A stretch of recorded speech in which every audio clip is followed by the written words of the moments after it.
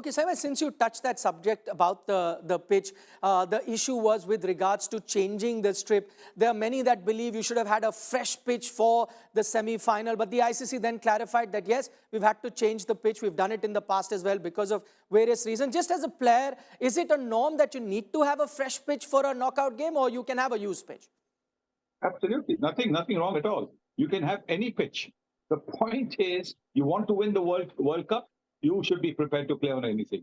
Do not point a finger at India and BCCI because, like the ICC has clarified, that these things are done. The pitches are changed. Used pitches are played upon. So I don't see what the controversy is. And the controversy was, in a way, trying to say that India has chosen a pitch. BCCI has chosen a pitch which will help the spinners. How many wickets did the spinners get? From both teams? From both teams. How many wickets? Nobody. It's a fast bowler who did. And didn't we get 725 runs on the board? So what are you talking about the pitch being swapped? So what if the pitch is being swapped? It is being swapped before the toss is being done. It is not being swapped after the toss is being done. It is not being swapped after India has batted or New Zealand has batted, and then the pitch is being changed according to the need of the thing.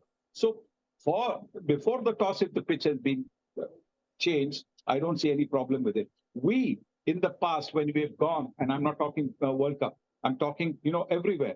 We have had situations where we've had pitches which were very, very difficult. But have you ever heard in the history of Indian cricket, an Indian cricketer or an Indian media, anybody in the Indian media complaining or moaning about the pitch? This is a regular thing with these people who cannot stomach the fact that today they are not able to be in power. And today they cannot stomach the fact that you have somebody who now you need so desperately, that who you ignored for so many years. India went to Australia first in 47, then they went in 1967, 20 years later. Then the next trip was 77, 10 years later. After that, it's been a little more regular. But now, after the regular trips as well, now because India brings in so much broadcast revenue, extra test matches, extra matches. So you need India.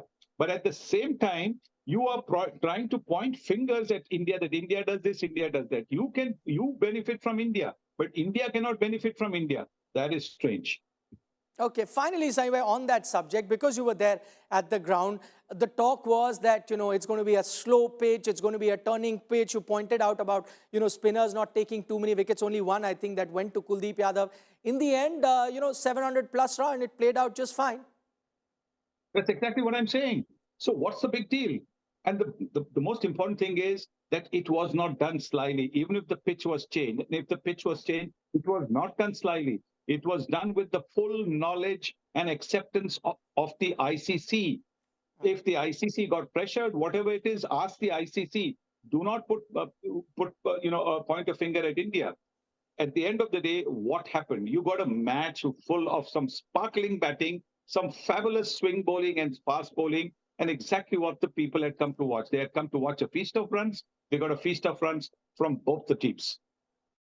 Saima, if I was going to ask you to pick a favorite, are you going with South Africa that have been on a roll in this World Cup? Or are you going with the Aussies who have a big match temperament, the most successful team in World Cup history? They have a lot of players that have been at this situation in the past.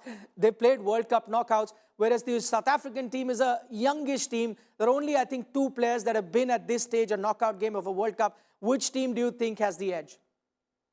Well, I mean, this is a semi-final. Like anybody who takes their catches will probably be the one that will come through. But clearly, I think if there is a team that I would like to see in the finals, and frankly, for the Indian team, the way they are playing at the moment, it won't make a difference who's in the finals. They're on such a roll that it won't make a difference. Yes, cricket is a funny game. The odd, maybe a couple of overs can change the fortunes of the game. But for the Indian team, it won't make a difference. But I'd like to see Australia in the finals, simply because they've been 5-time champions. And therefore, to beat somebody who's been in the finals, have the experience of the finals, would be something special. And not to forget that the media over there and in England have been making all kinds of stupid remarks about the pitches being changed, etc. If the pitches are being changed, they're not being done slyly. They're done with complete ICC knowledge. And if the ICC pitch curator or whoever it is in charge is not bold enough, does not have the spine to stand up, then point a finger at him and don't point a finger at BCCI. So I'd like to see that the Australians get to the finals, because I think it'll be a cracking good final. Never mind who wins.